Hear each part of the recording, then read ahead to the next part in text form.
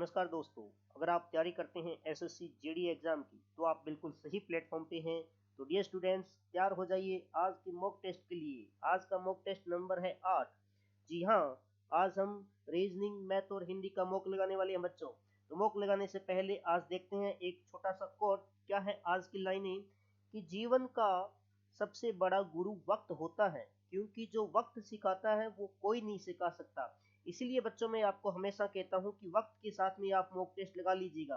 आप वक्त के साथ में मॉक टेस्ट लगा लीजिएगा ताकि आपको सफलता अर्जित करने में ज़्यादा परेशानियों का सामना न करना पड़े। अगर आप अब मॉक टेस्ट नहीं लगाएंगे तो आप श्योरिटी के साथ मैं आपको कह सकता हूँ कि आप एग्जाम टाइम में यही कहेंगे, वास्तव में उस दिन जो सर ने लाइन कही थी वो बिल्कुल सही कही थी, क्योंकि अगर उस टाइम पे मॉक लगाया हुआ होता तो आज मैं मेरे 80 के 80 क्वेश्चन अटेम्प्ट कर पाता। यही है सबसे बड़ा रीजन। मॉक में आपको पता चलता है कि एग्जाम का लेवल क्या है, एग्जाम में कैसे क्वेश्चन आएंगे और कितने क्वेश्चन आएंगे। तो चलिए स्टार्ट करते हैं आज का मॉक। और आज का मॉक लगाने से पहले सबसे पहले एक देखते हैं होमवर्क।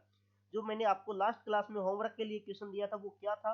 वो क्वेश्चन इस प्रकार से था कि चीनी की मात्राओं का वह अनुपात जिसमें 20 रुपए प्रति किलोग्राम वाली चीनी को 15 रुपए प्रति किलोग्राम वाली चीनी के साथ मिलाकर मिश्रण को 16 रुपए प्रति किलोग्राम के भाव से बेचने पर न हानि हो और न ही लाभ हो, तो वो अनुपात क्या होगा। अनुपात पूछा था। जी हाँ बच्चों, बिल्कुल सही जवाब। काफी सारे बच्चों के बिल्कुल सही जवाब आए हैं यहाँ पे। ऑप्शन नंबर डी, जिस भी बच्चे ने ऑप्शन नंबर डी दिया था वो बिल्कुल सही था। देखो ऐसे क्वेश्चन को करने का तरीका क्या होता है। 20 रुपए किलोग्राम वाली चीनी है और एक आपके पास है 15 रुपए किलोग्राम वाली चीनी, दोनों को मिलाया किसमें, 16 वाली में। तो ये एलिगेशन एंड मिक्सर वाले चैप्टर से उठा हुआ क्वेश्चन है बच्चों। आपको देखिएगा 16 में से 15 घटाओगे कितना, 1, और 20 में से 16 घटाओगे कितना, 4। तो आपका आंसर आ जाएगा कितना, 1:4 बच्चों। इसी प्रकार से आपको इसका आंसर निकालना था। देखिए कितना आसान क्वेश्चन आपको होमवर्क में मिला था। तो इस प्रकार के क्वेश्चन भी आपके एग्जाम में देखने को मिलते हैं। तो चलिएगा स्टार्ट करते हैं आज का मॉक। ज्यादा वक्त नहीं खराब करते, अब स्टार्ट करेंगे आज का मॉक। इससे पहले कि जो भी यहाँ पे स्टूडेंट, मेरे भाई बंधु जो भी यहाँ पे नए हैं चैनल पे, वो सबसे पहले मेरी रिक्वेस्ट है उनसे कि वीडियो को लाइक करें और सबसे पहला काम उनका है चैनल को सब्सक्राइब करें और नीचे दिए गए बेल आइकन बटन को जरूर क्लिक करें ताकि आपको आने वाले हर एक वीडियो की नोटिफिकेशन आपको मिल सके। आपका कोई भी मॉक टेस्ट आपका मिस ना हो सके। तो आपका रीजनिंग का पहला क्वेश्चन आपके सामने स्क्रीन पे है बच्चों। सबसे पहले आपका वक्त स्टार्ट होता है अब आप कीजिए वक्त के साथ में क्वेश्चन। देखते हैं कि आप कितना जल्दी इस क्वेश्चन का आंसर निकाल सकते हैं। देखिएगा मैं इसके लिए आपके लिए आज एक बार इस क्वेश्चन के लिए आपको यहाँ पे टाइमर आपके सामने चल रहा है, देखिएगा। यस, एक बार मैं आपके लिए यहाँ पे टाइमर लगा देता हूँ। ओके ओके ओके, यस, ये लीजिएगा, हमने यहाँ पे टाइमर आपके लिए सेट कर दिया है। देखते हैं कि आपका आंसर कितनी सेकंडों में आता है। आपका आंसर कितनी सेकंडों में आता है। क्वेश्चन क्या है आपका कि कौन सी आकृति लेखन सामग्री, सबसे पहला नाम क्या है, लेखन सामग्री पेंसिल और आलू के बीच संबंध दर्शाती है। लेखन सामग्री पेंसिल और आलू के बीच संबंध दर्शाने वाली आकृति कौन सी है बच्चों। जल्दी से आंसर दीजिएगा, 25 सेकंड आपके पास है, 25 सेकंड में आंसर आना चाहिए। Yes, very good very good, timer आपका क्लोज हो चुका है। यस, तो इसका सही आंसर जो होने वाला है वो ऑप्शन नंबर आपका होने वाला है डी बच्चों। ऑप्शन नंबर डी बिल्कुल सही जवाब। क्यों, क्योंकि बाहर वाली आपकी क्या है, ये लेखन सामग्री है और अंदर आपकी क्या है, पेंसिल है। अंदर आपकी पेंसिल है और ये जो अलग बन गया है ये आपका क्या है, पोटैटो, आपका आलू है। क्योंकि आलू कभी भी लेखन सामग्री में नहीं आ सकता, इसलिए आलू को हमने अलग किया। ऑप्शन नंबर डी आपका बिल्कुल सही जवाब है बच्चों। अगला क्वेश्चन आपके सामने स्क्रीन पर कुछ इस प्रकार से है कि प्रैक्टिस प्रैक्टिस शब्द में दो अक्षर ऐसे हैं जिनके बीच यहाँ भी उतने ही अक्षर मौजूद हैं जिनमें अंग्रेजी वर्णमाला में उनके बीच होते हैं। उन दोनों में से कौन सा अक्षर अंग्रेजी वर्णमाला के बाद में आता है। यस, वेरी गुड, बहुत अच्छा क्वेश्चन है बच्चों, बहुत ही अच्छा क्वेश्चन है। ये क्वेश्चन आपको आना चाहिए। ऐसे क्वेश्चन के लिए तो आपको सिर्फ और सिर्फ 10 सेकंड का वक्त मिलना चाहिए। यस, ऐसे क्वेश्चन के लिए तो आपको केवल और केवल 10 सेकंड का वक्त मिलना चाहिए। ऐसे क्वेश्चन में आपका टाइम बर्बाद नहीं होना चाहिए बच्चों। यस, बिल्कुल बिल्कुल। देखिएगा मॉक टेस्ट आज आपका टाइमर के साथ में स्टार्ट किया है मैंने। यस, कुछ ना कुछ हम नया करते रहेंगे। यस, आपका 15 सेकंड का वक्त पूरा होता है। अब देखते हैं क्वेश्चन का आंसर क्या होने वाला है। इस क्वेश्चन का आंसर होने वाला है बच्चों डी, ऑप्शन नंबर डी, यानी कि टी आपका यहाँ पे आंसर होने वाला है। क्यों होने वाला है, देखिएगा। पी के बाद में यहाँ पे जो टी है वो अंग्रेजी वर्णमाला के अकॉर्डिंग में इतने ही नंबर पे आता है। पी के बाद में क्यू आता है, पी क्यू आता है, फिर आर आता है, पी के बाद में क्यू आता है, आर आता है, एस आता है, फिर आपका क्या आता है, टी आता है। देखिएगा तो यहाँ पे टी भी इसी अकॉर्डिंग पे अगर देखें तो बिल्कुल सही ना स्थान पे है पी के बाद में। तो टी सबसे बड़ा वाला कौन सा है, टी, इसलिए आपका आंसर हो जाएगा कितना बच्चों यहाँ पे, ऑप्शन नंबर डी आपका इसका बिल्कुल सही जवाब हो जाएगा। यस, देखते हैं अगला क्वेश्चन। अगला क्वेश्चन आपके सामने स्क्रीन पे इस प्रकार से है। देखिएगा क्वेश्चन पढ़िएगा आप जल्दी से, और मैं आपके लिए यहाँ पे टाइमर भी आपके लिए यहाँ पे स्टार्ट कर देता हूँ। देखिएगा 1 सेकंड में आपके लिए अभी यहाँ पे टाइमर लगा देते हैं हम। यस, टाइमर आपका स्टार्ट होता है अब। आपको मिलते हैं टोटल 25 सेकंड। टोटल 25 सेकंड का क्वेश्चन है ये। देखिए निम्नलिखित में से श्रृंखला में ऐसे 6 हैं जिनमें या तो ठीक पहले या ठीक बाद में एक विषम संख्या है। ठीक पहले हो या विषम, या ठीक बाद में हो, दोनों साइड विषम या सम नहीं होनी चाहिए। ऐसे 6 आपको गिनने हैं बच्चों। Yes, very good. कितने ऐसे 6 हैं जिनके ठीक पहले और ठीक बाद में विषम संख्या है। यस, टाइम आपका क्लोज हो चुका है। यस, आंसर आपका आ जाना चाहिए इतनी देर में।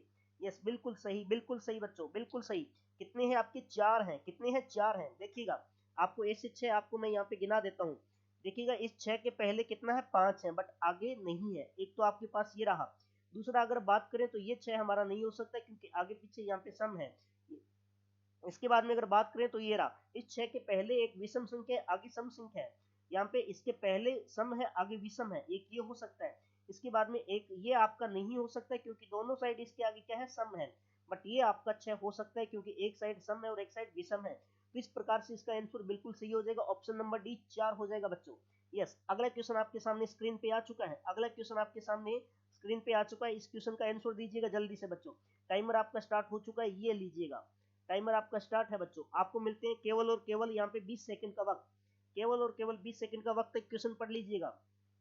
24 मीटर ऊंची दीवार पर चढ़ने वाला एक आदमी एक दिन में 16 मीटर चढ़ता है, लेकिन शाम को 3 मीटर 40 सेंटीमीटर फिसल गया, तो उस दिन आदमी ने कितनी दूरी तय की। बच्चों बहुत आसान क्वेश्चन है। यस, टाइमर आपका क्लोज हो चुका है।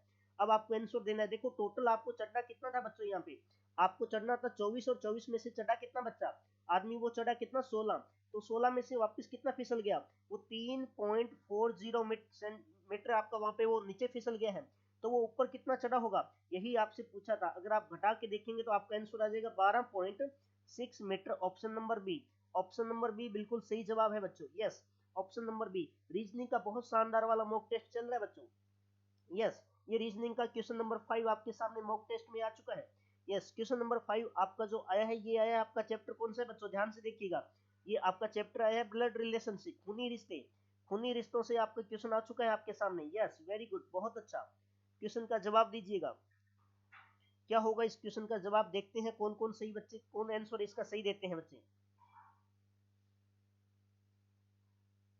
Okay okay. यस, क्या है, यदि बी की माता ए की माता की पुत्री है, तो ए का बी से क्या संबंध है। ओके, टाइमर आपका क्लोज हो चुका है 25 सेकंड पे।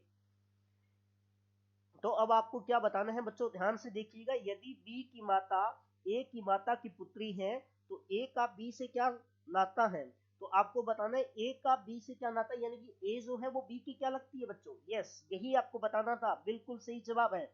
तो ए बी के क्या लगेगा यहाँ पे बच्चों, आपका यहाँ पे ए बी के लगेगा कौन, मामा। ए बी के कौन लग जाएगा, मामा लग जाएगा। ऐसे क्वेश्चन बहुत बार एग्जाम में आते हैं बच्चों, ऐसे क्वेश्चन एग्जाम में बहुत बार आते हैं। ऐसे क्वेश्चन तो आपको देख के आने चाहिए। क्यों, ऐसे क्वेश्चन आप कैसे जल्दी सोच सकते हो, ब्लड रिलेशन का चैप्टर कैसे आप जल्दी कर सकते हो, ये सारी ट्रिक जाननी है तो वीडियो के लास्ट तक बने रहिए। लास्ट में आज आपको बताने वाला हूँ ब्लड रिलेशन के क्वेश्चन आप कैसे चुटकियों में सोल्व कर सकते हैं। चंद सेकंडों में आपके आंसर आ जाएंगे बच्चों। यस, अब बात करते हैं मॉक टेस्ट में। अगला नंबर आता है मैथ का। अब मैथ के हम टॉप 5 क्वेश्चन देखते हैं जो बार बार एग्जाम में हमसे पूछे गए हैं। मैथ का पहला क्वेश्चन आपका इस प्रकार से है कि एक 20 विषम प्राकृत संख्याओं का योग ज्ञात कीजिए। बस ये तो बिल्कुल आसान क्वेश्चन है बच्चों। विषम प्राकृत संख्याओं का योग निकालना है तो n की स्क्वायर करते हैं हम, यानी कि 20 का स्क्वायर कीजिएगा। 20 का स्क्वायर आपको पता है कितना होता है, 400, 400। ऑप्शन नंबर सी बिल्कुल सही जवाब। जिसने भी सी दिया उसका बिल्कुल सही है। अगला क्वेश्चन आपके सामने स्क्रीन पे है कि दो संख्याओं का गुणनफल कितना है, 1280 है। इनका महत्तम समापवर्ती 8 है, तो लघुत्तम समापवर्ती क्या होगा। यस बच्चों, बिल्कुल सही बात। आप सबको पता होना चाहिए कि हम एलसीएम और एचसीएफ का जो टॉपिक पढ़ते हैं उसके अंदर हम एक बात देखते हैं कि दोनों संख्याओं का गुणनफल हमेशा बराबर होता है, एलसीएम इंटू एचसीएफ। तो दोनों संख्याओं का गुणनफल आपके पास में दे रखा है 1280 और एक आपको मैथ पे दे रखा है कितना 8। तो आपसे पूछा है एलसीएम यानी कि लेस पे आपसे पूछा है, ये होता है टाइमर 20 सेकंड के बाद में आपका क्लोज। अब बात करते हैं क्वेश्चन का आंसर कैसे निकालोगे। आप कहोगे सर 1280 में अगर हम भाग देते हैं किसका 8 का, तो आपके पास आंसर निकल के आ जाएगा। 1280 में अगर आप 8 का भाग देते हैं तो आपके आंसर निकल के आ जाएगा कितना 1 बार 6 time 0 160। Option number A, option number A आपका बिल्कुल सही जवाब हो जाएगा बच्चों। यस। अगला क्वेश्चन, ये क्वेश्चन बहुत इंपॉर्टेंट है। ऐसा क्वेश्चन मॉक टेस्ट में आपके पास पहले भी आ चुका है। 15,876 के वर्गमूल में इकाई का अंक क्या है। तो सबसे पहले आपको वर्गमूल याद होना चाहिए 15,876। 15,876 किसका वर्गमूल होता है बच्चों। यस, बिल्कुल सही बात कही आपने। 126 का इकाई का अंक कितना है 6 है। ऑप्शन नंबर बी बिल्कुल सही जवाब, ऑप्शन नंबर बी बिल्कुल सही जवाब। अगला क्वेश्चन, ये तो बिल्कुल झरलू क्वेश्चन आ गया बच्चों। इसमें तो आपको कैलकुलेटिव है, ये आपको सिर्फ गुणा करना है आपस में सारी संख्याओं को। अगर आप गुणा करके देखोगे तो आपके पास इसका आंसर निकल के आ जाएगा बच्चों। यस, बिल्कुल सही। इनका आप गुणा करोगे तो आपके पास आंसर आएगा कितना 40.936। आप अंतिम देखिएगा, लास्ट डिजिट से नहीं जा सकते क्योंकि सभी में लास्ट डिजिट कितनी है बच्चों 6 दे रखी है। तो आप लास्ट डिजिट वाला मेथड कभी भी यहाँ पे नहीं लगा सकते बच्चों, ध्यान रखिएगा। ओके, इसलिए आपको पूरा सोल्व करना पड़ेगा। ऑप्शन नंबर सी आपका बिल्कुल सही जवाब हो जाएगा। Yes, very good. अब बात करते हैं मैथ के अंतिम क्वेश्चन की। मैथ का जो टॉप 5 के अंदर आने वाला लास्ट क्वेश्चन है आज का, वो क्या है आपके सामने स्क्रीन पे आ चुका है। टाइमर स्टार्ट करते हैं आपके लिए। अब ये लीजिएगा, ये आपका टाइमर स्टार्ट है। वक्त मिलता है आपको पूरी 15 सेकंड का। 15 सेकंड में आपको ये क्वेश्चन करना है बच्चों। आपको सिर्फ इस मॉक टेस्ट में आपकी स्पीड को कैसे इंक्रीज करना है वो सारी चीजें आप सीखोगे। जितने ज्यादा आप मॉक लगाओगे उतनी ज्यादा आप स्पीड को इंक्रीज करोगे। साथ में टॉप 5 क्वेश्चन तो आप देखते ही जाओगे रोजाना के। यस, आगे है क्वेश्चन का टाइम करने का। यदि किसी संख्या का तिगुना इसी संख्या के 3/5 से 60 अधिक हो तो वह संख्या क्या होगी। बच्चों कितना आसान क्वेश्चन है। किसी भी संख्या का 3 गुना इसी संख्या के 3/5, यानी कि कोई भी संख्या है 3/5, देखिए उस संख्या के 3/5 से 60 अधिक है तो वो संख्या क्या होगी। देखिए कि कितना आसान क्वेश्चन है। वो संख्या कितनी होगी बच्चों 25 होने वाली है। वो संख्या कितनी होने वाली है 25 होने वाली है। बस क्योंकि 25 का 3/5 करोगे तो वहां पे तभी तो वहां पे कितना निकल के आएगा 60, वो अधिक निकल के आएगा। बस आंसर हो गया आपका। इसी प्रकार से आपको इन क्वेश्चनों को करना है। आगे बात करते हैं हिंदी की। अब हम बात करेंगे बच्चों हिंदी के बारे में। हिंदी के जो टॉप 5 क्वेश्चन है वो आज के आपकी क्या होने वाले हैं। मैंने आपको टॉपिक दिया था वाक्यांश के लिए एक शब्द। वाक्यांश के लिए एक शब्द कल की क्लास में मैंने आपको टॉपिक बताया था। तो आपका पहला क्वेश्चन कुछ इस प्रकार से है, जो दूसरों के सहारे जीता हो, जो दूसरों के सहारे जीता हो उसे क्या कहते हैं बच्चों। क्या उसे पालतू कहते हैं, क्या अनार्थ कहते हैं, या परोपजीवी कहते हैं, या निराधार कहते हैं। जो दूसरों के सहारे जीता हो बच्चों उसे कहते हैं कौन, क्या कहते हैं उसे। ऑप्शन नंबर सी परोपजीवी कहते हैं। यस, वेरी गुड, बिल्कुल सही बात, परोपजीवी कहते हैं बच्चों। अगला क्वेश्चन है, किए हुए को न मानने वाला, किए हुए को न मानने वाला। भाई साहब मैंने आपको कहा कि ये काम हो गया और आप उसे मानते ही नहीं हो तो उसे क्या कहेंगे। उसे क्या चालाक कहेंगे, क्या अविश्वसनीय कहेंगे, या दुराचारी कहेंगे, या कर्तधन कहेंगे। यस, बिल्कुल सही बात कही है, कर्तधन कहते हैं इसे। इसे क्या कहते हैं बच्चों कर्तधन। हिंदी के वो क्वेश्चन आने चाहिए आपको, ऐसे होना चाहिए हिंदी आपकी स्ट्रॉन्ग की। प्रत्येक क्वेश्चन का आंसर 8 सेकंड के अंदर आना चाहिए बच्चों। हिंदी के क्वेश्चनों का आंसर आपके 7 से 8 सेकंडों के अंदर आ जाना चाहिए। हिंदी में आपको ज्यादा वक्त नहीं लगना चाहिए बच्चों। यस, अगला क्वेश्चन आपका क्या है, जो डर के बल चलता हो, जो डर के बल चलता हो यानी कि जो चलते चलते जिसको भी क्या लगता है डर है होता है। अच्छा, डर के बल चलता हो, जिसे चलने में क्या लगता है डर लगता है, उसे क्या कहते हैं। क्या उसे मकर कहते हैं, या कच्छप कहते हैं, या कीट छवि कहते हैं, या डरक कहते हैं। यस, बताइएगा बताइएगा, वेरी गुड वेरी गुड। उसे डरक कहते हैं बच्चों, उसे क्या कहते हैं डरक कहते हैं। जो डर के बल चलता है उसे क्या कहते हैं डरक कहते हैं। ऑप्शन क्वेश्चन नंबर अगला देखिए क्या है, अनुचित ढंग से प्राप्त किया गया लाभ। अनुचित ढंग से प्राप्त किया गया लाभ क्या होता है। क्या अधिलाभ होता है, अमिताभ होता है, अलाभ होता है, अपलाभ होता है। क्या कहते हैं जिसे अनुचित ढंग से हम प्राप्त करते हैं उसे क्या कहते हैं बच्चों। Yes, very good very good, उसे कहते हैं अपलाभ। उसे क्या कहते हैं बच्चों अपलाभ कहते हैं। ऑप्शन नंबर डी इस क्वेश्चन का बिल्कुल सही जवाब है। अगला क्वेश्चन, जो अच्छा बोलता हो, जो अच्छा बोलता है उसे क्या कहेंगे। अच्छे बोलने वाले को क्या कहते हैं बच्चों, याद कीजिएगा। सुभाषणीय कहते हैं, सुभाषी कहते हैं, या सुवक्ता कहते हैं, या मितभाषी कहते हैं। आपको ये बात तो पता हो कि बोलने वाले को क्या कहते हैं। ये जो वर्ड है ना, आप यहाँ से इसका आंसर निकालिएगा। बोलने वाले को हम क्या कहते हैं बच्चों? बोलने वाले को हम कहते हैं वक्ता। तो जो अच्छा बोलेगा उसे क्या कहेंगे? सुवक्ता। Option number C. अच्छे बोलने वाले को क्या कह देंगे? सुवक्ता। यस। तो इसी के साथ में हिंदी के आपके आज के टॉप 5 क्वेश्चन कंप्लीट होते हैं। अब बात करते हैं हिंदी का जो अगला टॉपिक आपका है वो क्या होने वाला है। हिंदी का अगला टॉपिक होगा बच्चों मुहावरे। यानी कि कल के जो आपका मॉक टेस्ट नंबर 9 होगा उसमें हम मुहावरे के टॉप 5 क्वेश्चन जो आपके लिए लेके आऊंगा, जो एसएससी जीडी एग्जाम में प्रीवियस पेपर में बहुत बार पूछे हैं और आगे भी पूछने के पूरे चांसेस है। तो आज का जो होमवर्क है, खाली नहीं जाना बच्चों। आज का जो होमवर्क है वो आपका मिलता है किससे? जीके जीएस वाले पॉइंट से। जीके जीएस वाले पॉइंट से देखिएगा। आज का जो होमवर्क आपका जीके जीएस वाले पॉइंट से, क्योंकि आगे मैं आपके लिए जीके जीएस के भी क्वेश्चन यहाँ पे लाने वाला हूँ।